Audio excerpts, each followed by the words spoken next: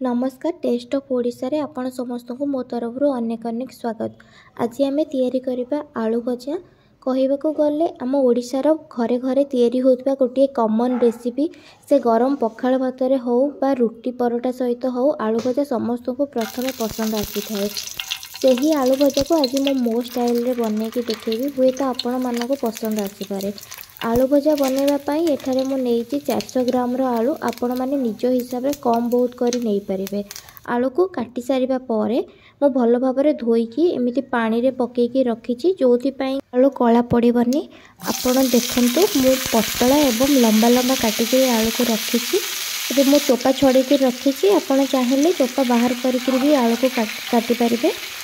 ताहले एबे मु गोटे कड़ाई को गरम करिकरी सेतिरे 2 ରୁ 3 चम्मच सोरिष तेल देइकरी गोटे चम्मच जीरा गोटे ରୁ 2टा लंका मु पकेइछि। आपण माने आपनका हिसाब रे लंका पकेइबे। आलू भजा सोरिष तेल रे बनेइबे, बेसी टेस्टी लागिबो। आउ सेई गरम तेल रे जोथरे कि मु जीरा और लंका पकेइ सारिछि। एबे मु काटिथिबा छाणीकरी रखिथिबा आलू को सेतिरे पकेइकरी एबे 5 ରୁ 6 मिनिट पर्यंत भाजीबी। आलू को न घोड़ेकरी सेमिति 5 ରୁ 6 मिनिट जाए भाजीबी। से पर्यंत भाजीबी आलू रे कि जहाँ भी पानी थिबो, एक्स्ट्रा पानी जहाँ भी थिबो सेटा सुखी जिवो। ता सहित आमर आलू भजा ऊपर हल्का गोल्डन कलर भी आसीजिवो। एठी आपण माने गोटे जिनस मार्क करूथिबे, मु प्रथमे लूण हळदी पकेइनी। जदि प्रथमे लूण जदि पकेइ दोछि ताहले प्रथमे लूण पकेइबारु आलू रो पानी बाहरिबो एवं आलू भजा अधिक सीझीजिव, जो कि आलू गोटा गोटा रही भांगी भी जीव। तो मु मीडियम फ्लेम रे रखिकी 5 ରୁ 6 मिनिट जाए एमती ही मझे मझे किसी मिनिट रे गोटे थर लेखा गोलेकी मिनिट रे न गोलेले किसी टाइम पर तल आड़ू पोड़ीज आलू से किसी टाइम रे किसी मिनिट रे मो गोलेबी, जोटा कि से पर्यंत जो टाइम पर्यंत आलूर कलर टिके चेंज हो न जाइए। किछि टाइम भाजीबा परे देखुथिबे कलर आसी जाइछि, आलूर अलगा कलर आसी जाइछि टिके पाखापाखि आलू भजा हमर अधिक रु अधिक टिके सीझी आसिलानी। एबे मु सेथिरे हळदी गोटे चम्मच, लूण गोटे चम्मच जहाँ भी आपणक हिसाब रे पकेइबे आपण स्वाद अनुसार, गोटे चम्मच लंका गुंड एबे मु पकेइकरी ताको किछि टाइम एबे गोलेइकरी रखिबी। मीडियम फ्लेम रे ही मु गैस रखिछि। तो एटा को किछि टाइम मु गोलेइकरी एबे से मीडियम फ्लेम रे भजा हेबा जाय भलसे सेटा मु रखिबी।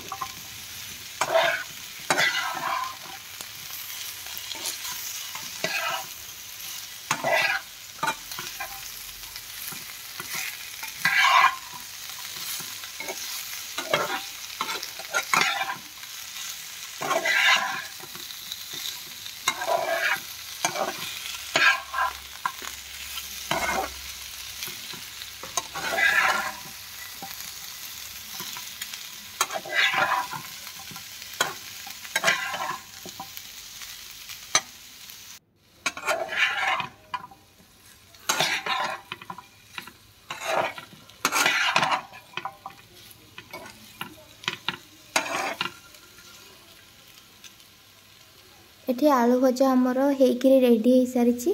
आशा करुच्ची कि आपको भिडियोटी भल लगी एवं शेष पर्यंत देखिथिबार धन्यवाद।